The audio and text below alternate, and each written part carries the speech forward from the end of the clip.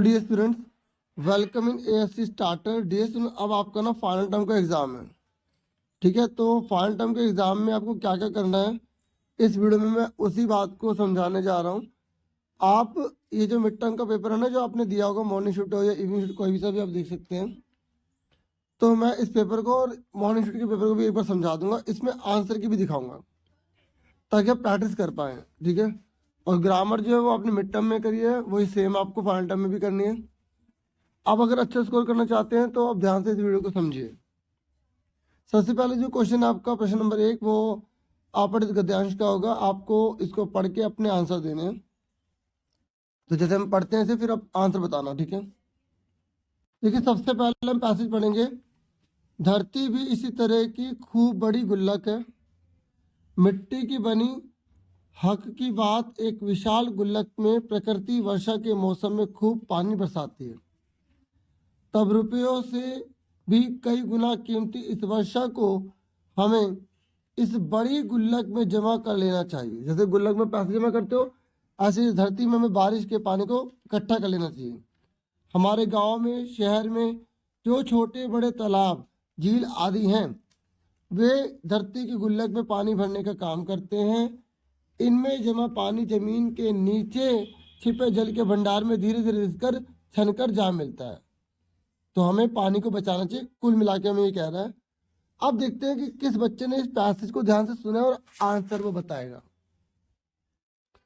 धरती की गुल्लक में क्या इकट्ठा होता है, जल्दी बताओ। रुपया, धन, पैसा या जल? तो जिन्होंने गा बोला वेरी गुड, एक्सीलेंट, आपको नंबर पूरे मिलेंगे। नेक्स्ट है, धरती का जल भंडार किस ऋतु में अधिक बढ़ता है? बताओ, धरती को कब पानी सबसे ज्यादा मिलता है? सर्दी में, गर्मी में, बारिश में या बरसात में? मतलब वसंत के मौसम में, बरसात में? तो बरसात में। ठीक है, मैंने गलत बोल दिया था बारिश, तो वसंत का मौसम अलग होता है, बरसात अलग है। तो इसका आंसर क्या है? घा। जिन्होंने घा बोला उन्हें एक्सीलेंट, सुपर एक्सीलेंट। अब सेकंड क्वेश्चन पर आ जाइए। ये कह रहा है कि आपको इस कविता को पढ़ना है, फिर नीचे प्रश्नों के उत्तर देने। आओ पढ़ते हैं। गुरु ने कहा, जान देना नहीं है, मुसीबत मुझे मोल लेना नहीं है। मतलब मुझे जान नहीं देनी, ना मुझे किसी मुसीबत में पड़ना है। ना जाने कि अंधेर हो कौन क्षण में, यहाँ ठीक रहना समझता ना मन में। ये ना अंधेर नगरी चौपट राजा सुनी होगी आपने कहानी, जिसमें सारे काम वहाँ का राजा जो है ना रात में करता, दिन में सोता है, और सारी चीजें 1 रुपए में मिल जाती है। तो उसने कहा ऐसे बेवकूफ वाले राज्य में मुझे नहीं रहना। गुरु ने बोला, गुरु जो हमें शिक्षा देता है हमें उसे फॉलो करना चाहिए, तभी जीवन में सक्सेस पाते हैं। लेकिन शिष्य माना नहीं। गुरु ने कहा कि किंतु चेला न माना, गुरु को विवश हो पड़ा लौट जाना। गुरु खुद चले गए और शिष्य वहां पे फंस जाता। अगर आपने कहानी पढ़ी होगी तो। चलो, हमें कहानी से कोई मतलब नहीं, जितना हमें बोला हम उसी के बेस पर आंसर करेंगे। मुसीबत ना मोल लेने की सलाह किसने दी? गुरु ने। गुरु हमेशा सही डायरेक्शन देते हैं, जो बच्चे फॉलो करते हैं वो जीवन में कामयाबी पाते हैं। अंधेर नगरी में रहने से गुरु ने क्यों मना किया? राजा नहीं था, प्रजा नहीं थी, मंत्री नहीं था, या कानून नहीं था? तो बेस्ट आंसर इसका जो है वह कानून नहीं था। वहां पर सही कानून नहीं था। वैसे तो ये बात थी। चलो, जो इसके आंसर में वही बताएंगे। इसका आंसर क्या है? फिर आपका प्रश्न नंबर 3 है। ये कह रहा है व्याकरणिक, आपको ग्रामर बतानी है। ध्यान से सुनना। लड़की शब्द का बहुवचन लिखिए। तो लड़की का बहुवचन क्या होगा? लड़कियां। चांद बिंदी लगी हुई है, याद रखना, बहुवचन है। फिर ये कह रहा है विशेषण के कितने भेद होते हैं? तो 4 भेद होते हैं विशेषण के। ठीक है, कितने विशेषण होते हैं? 4 भेद होते हैं। आपको 4 भेद अच्छे से याद करने हैं। देखो, एक गुणवाचक होता है, एक परिमाणवाचक होता है, एक सार्वनामिक होता है और एक संख्यावाचक होता है। चारों याद रखना। ये कह रहा है पृथ्वी शब्द का पर्यायवाची शब्द कौन सा है? तो पृथ्वी का जो पर्यायवाची शब्द होता है वो होता है धरा। क्या होता है? धरा। फिर ये कह रहा है धनी शब्द का विलोम शब्द क्या होगा? धनी का विलोम पूछ रहा है। विलोम मतलब तो उल्टा करना, तो गरीब होगा, निर्धन होगा। का आंसर आ गया इसका। फिर अब आपकी बुक की ये पैसेज है, आपको पढ़ के से बताना। और देखते हैं आप कितना सही करते हैं। पढ़ते हैं। 4 बजे यकायक श्यामा की नींद खुली, किवाड़ खुले हुए थे, वह दौड़ी हुई कार्निस के पास आई और ऊपर की तरफ ताकने लगी। टोकरी का पता न था, स्योंग से उसकी नजर नीचे गई और वह उल्टे पांव दौड़ती हुई कमरे में जाकर जोर से बोली, भैया अंडे तो नीचे पड़े हैं, बच्चे उड़ गए। केशव घबराकर उठा और दौड़ा हुआ बाहर आया तो क्या देखता है कि तीनों अंडे नीचे टूटे पड़े हैं और उनसे कोई चूने की सी चीज बाहर निकल आई है। पानी की प्याली भी एक तरफ टूटी पड़ी है। तो देखो, अगर हम चिड़िया के किसी पक्षी के अंडों को हाथ लगा देते ना तो फिर वो पक्षी अपने अंडे फोड़ देता है। इसलिए हमें कभी किसी के अंडों को छूना नहीं चाहिए, ठीक है, जो भी किसी पक्षी ने दिए हुए हैं, तो इससे हम उनके जीवन को खतरे में डाल देते हैं, ठीक है। अब देखो, हमने पढ़ा ध्यान से, तो अब हम आंसर करेंगे। श्यामा ने नींद खुलने पर क्या देखा? बताओ, पास में ढूंढो, जो उसको लगता है वो आपको बताना है। देखो, 4 बजे ये एक श्यामा की नींद खुली, किवाड़ खुले हुए थे, वे दौड़ी हुई कार्निस के पास आई और ऊपर की तरफ ताकने लगी। टोकरी का पता ना था, स्योंग से उसकी नजर नीचे गई और वह उल्टे पांव दौड़ती हुई कमरे में जाकर जोर से बोली, भैया अंडे तो नीचे पड़े हैं, बच्चे उड़ गए। तो क्या बोला उसने? बच्चे उड़ गए। तो ध्यान से देखना आपको। देखो, तो आपको क्या आंसर है यहाँ पर? इसका आंसर बच्चे उड़ गए, ठीक है। यहाँ पे अंडे नीचे टूटे पड़े, ये लाइन लिखी, तो हमें यही आंसर देना पड़ेगा, ठीक है। वैसे इसमें ये भी आंसर हो सकता था, ये वाला। दोनों में से जो दिया होगा वही लिखेंगे, तो हमें जो दिया हुआ था वही लिखेंगे हम, इसलिए ध्यान से पढ़ना पड़ता है। मैं आपको पैसे इसलिए समझा रहा हूँ। ये कह रहा, कार्निश पर श्यामा क्या देखने की कोशिश कर रही थी? कार्निश पर क्या देखने की कोशिश कर रही थी वो? हमें पता है अंडे देखने की कोशिश कर रही थी, फिर भी आप चेक कर सकते हो। 4 बजे यह कह कि श्यामा की नींद खुली, किवाड़ खुले हुए थे, वह दौड़ी हुई कार्निश के पास आई और ऊपर की तरफ ताकने लगी। टोकरी का पता ना था, स्योंग से उसकी नजर नीचे गई और वह उल्टे पांव दौड़ती हुई कमरे में जाकर जोर से बोली, भैया अंडे तो नीचे पड़े। तो अंडे को देखने की कोशिश कर रही थी वो, ठीक है। तो आपको इस तरीके से डीपली ध्यान से देखकर उसे बताना कि वो, क्योंकि अंडे की बात बोली ना उसने अपने भाई को पहले, तो वो अंडे देखने की कोशिश कर रही थी, इसलिए आपको खा आंसर बताना है। समझ में आ गई? फिर ये कह रहा है, केशव ने आकर क्या देखा? अब केशव ने आकर क्या देखा? तो देखो, यहाँ पर यहाँ तक इसने भाई को बताई बात। केशव घबराकर उठा और दौड़ा हुआ बाहर आया तो क्या देखता है कि तीनों अंडे नीचे टूटे पड़े हैं। तो क्या देखा? तीनों अंडे नीचे टूटे पड़े हैं। तो यहाँ पर बताओ कहाँ है आंसर?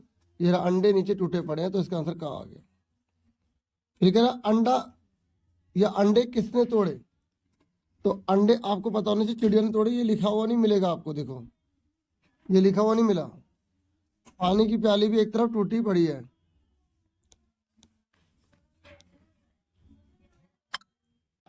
अब 5वां क्वेश्चन देखो, ये कह रहा है, इसे पढ़िए और आंसर बताइए। वह चिड़िया जो चोंच मार कर चढ़ी नदी का दिल टटोल कर जल का मोती ले जाती है, वह छोटी गर्वीली चिड़िया नीले पंखों वाली मैं हूँ, मुझे नदी से बहुत प्यार है। अब हमने इसे पढ़ा, अब बताओ आंसर। चढ़ी नदी का अर्थ क्या है? मतलब नदी का पानी बहुत ज्यादा भरा हुआ है ना, तो क्या आएगा? नदी का उफनना। मतलब देखो, बहुत डीपली आपको पता होना चाहिए एक एक अक्षर का मतलब, तभी आप बता पाओगे। फिर क्या रहा है, अगर आपको बहुत अच्छे नंबर लाने हैं ना तो आपको बहुत अच्छे से पढ़ना डियर।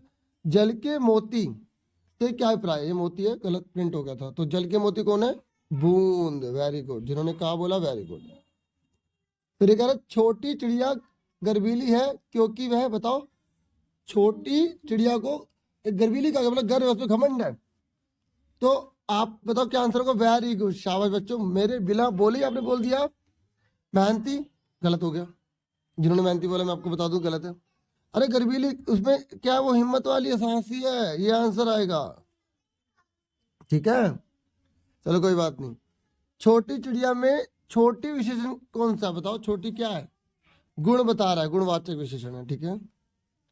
फिर कह रहा है, पाठ के आधार पर निम्नलिखित प्रश्नों के उत्तर दीजिए। अब बताओ, केशव ने पत्थर की प्याली में पहले क्या रखा हुआ देखा? बताओ, आपको खुद पता लगाना क्या रखा था सबसे पहले। अगर जैसे चैप्टर पढ़ा वो बता पाएगा। तेल, जिन्होंने तेल बोला वेरी गुड, सही है, तेल ही आंसर है, ओके। लेखिका को ऑलिव ऑयल कब पीना पड़ता था? बताओ, कौन से दिन पीती थी वो? शनिवार को, शाबाश। कविता में विजन शब्द का क्या अर्थ है? विजन बताओ क्या होता है? विजन का मतलब होता है जंगल। उसके बाद वह चिड़िया जो कविता के कवि कौन है। तो जिन्होंने चैप्टर पढ़ा है तो इसका मतलब क्या, वो आप जितने पाठ आ रहे हैं, जितनी भी कविताएं आ रही हैं, उनके पाठ, लेखक के नाम, कवि के नाम, कविता के नाम अच्छे से कर लो। इसका आंसर गाय, जिन्होंने बताया, वेरी गुड, एक्सीलेंट। फिर देखो ये प्रश्न उत्तर है, ठीक है। तो आपको इनको पढ़ के आंसर देने, ये मैं आपको समझाऊंगा क्योंकि ग्रामर है, व्याकरण है ना। ये कह रहा है भारत में अनेक नदियां बहती हैं, इस वाक्य में से व्यक्तिवाचक संज्ञा छांटो। देखो व्यक्तिवाचक किसी का, जो किसी का नाम होता है, जैसे आपका नाम, मेरा नाम, भारत, ये क्या है, व्यक्तिवाचक संज्ञा, क्योंकि नाम है किसी का। फिर नेक्स्ट है, ये कह रहा आजकल आमों में मिठास बहुत है, तो भाववाचक संज्ञा बताओ। तो मिठास, खट्टास, बचपन, बुढ़ापा, ये क्या होते हैं, भाववाचक संज्ञा जो भाव प्रकट करती हैं। तो इसका मतलब ये हो कि आपको संज्ञा के भेद अच्छे से करने हैं, क्योंकि डिटेल में डीपली पूछ रहा है। अब आजकल परिभाषा देने का काम नहीं है, आपको उसके अंदर की चीज समझ में आनी चाहिए। बताओ गाय क्या होगा, जातिवाचक संज्ञा, जातिवाचक संज्ञा होगी, ठीक है, क्योंकि वो गायें बहुत सारी होती हैं। ऐसे बताओ, उन्होंने कल ही सच बोला, वाक्य में सर्वनाम शब्द कौन सा है, उन्होंने, ठीक है। मैं, तू, वह, ये सर्वनाम होते हैं। फिर केशव ने पानी छोटी कटोरी में रखा, वाक्य में से विशेषण शब्द छाटिए। तो विशेषण कौन सा है, छोटी। जो संज्ञा और सर्वनाम की विशेषता बताते हैं ना, उसे विशेषण कहते हैं। तो विशेषण के भेद भी कर लो, सर्वनाम के भेद भी कर लो, क्योंकि डीपली पूछ सकते हैं आपसे। अभी बुक के क्वेश्चन है, तो मैं अब आपको ना इन सबके आंसर दिखा दूंगा, ठीक है। फिर भी बता देता हूँ, चिड़िया किसका रस खा लेती है, दूध भरे जुंडी के दानों का। इसके आंसर दिखाता हूँ, ऑफिशियल आंसर की हमारे पास है, आप वो भी देख सकते हैं। पहले सारे क्वेश्चन देख लो ये, ठीक है, ये सारे क्वेश्चन है, अब इनके आंसर देखना। देखिए आंसर की है, ठीक है, जो मैंने अभी आपको समझाए थे ना सारी व्याकरण वगैरह पैसेज, तो ये उसके आंसर है, फिर क्वेश्चन आंसर के आंसर है। तो आप वीडियो को लाइक जरूर कर देना, चैनल को सब्सक्राइब जरूर करना। बाकी अभी थोड़ा सा रह गया पेपर, वो भी समझ लो, पहले आंसर देख लो सारे जो मैंने अभी समझाए हैं। ये मैंने आपको दिखा दिए हैं, आप खुद क्वेश्चन पढ़ के फिर आंसर करो इसके, ठीक है। और देखो आपके कितने सही निकलते हैं, क्योंकि इस समय आपकी रिवीजन का टाइम है, तो आपको पता होना चाहिए कि कितने आंसर सही निकल रहे हैं। ये देखो सारे आंसर हैं,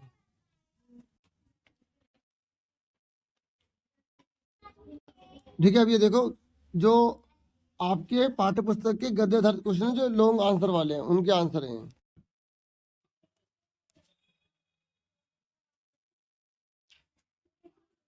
अब ना आपके एग्जाम में विषय आएगा, ठीक है, मतलब आपको एक निबंध लिखना होगा और एक पत्र करना होगा आपको, ठीक है। तो दोनों फटाफट देख लो कौन सा है। देखो किसी भी विषय पर आपको अनुच्छेद लिखने को आ सकता है, जैसे रक्षाबंधन लिखा है, तो सबसे पहले आपको लिखना पड़ेगा भूमिका, फिर उसके बारे में लिखोगे रक्षाबंधन होता क्या है, फिर उसके बाद नेक्स्ट पैरा में आप उसकी व्याख्या कर दोगे, बता दोगे रक्षाबंधन के बारे में। फिर तीनों में से कोई एक करना है आपको, तीनों में से कोई एक करना है, जो भी आपको आता हो उसके बारे में जितना आपको पता है सब लिख दो। जैसे रक्षाबंधन है, रक्षाबंधन हिंदुओं का पवित्र त्यौहार होता है, इस दिन बहन अपने भाई को राखी बांधती है, भाई जो है उसे रक्षा करने का वचन देता है, उसे कहीं कहीं प्रकार के उपहार प्रदान करता है। ये भाई और प्रेम का एक अटूट बंधन का एक त्यौहार होता है। बना बना के जितना लिख सको लिखते रहो, लिखते रहो, लिखते रहो, लिखते रहो, ठीक है। और विद्यालय में पहला दिन, ये अपना तीनों में से कोई एक करना, कोई भी लिख सकते हो। फिर उसके बाद 14 नंबर पर आपको पत्र करना है। देख लो कौन से पत्र हैं, इनको देखो आपको अच्छे से आता नहीं आता, तो पैटर्न फॉलो करके आप इस पत्र को अपने बना के लिख देना। तो यही था पूरा पेपर, मैंने आपसे शेयर कर दिया। वीडियो को लाइक, चैनल को सब्सक्राइब करें, बाकी और भी मैं कोशिश करूंगा आपके लिए वीडियो लाने की। Thank you for watching and listening. Take care students.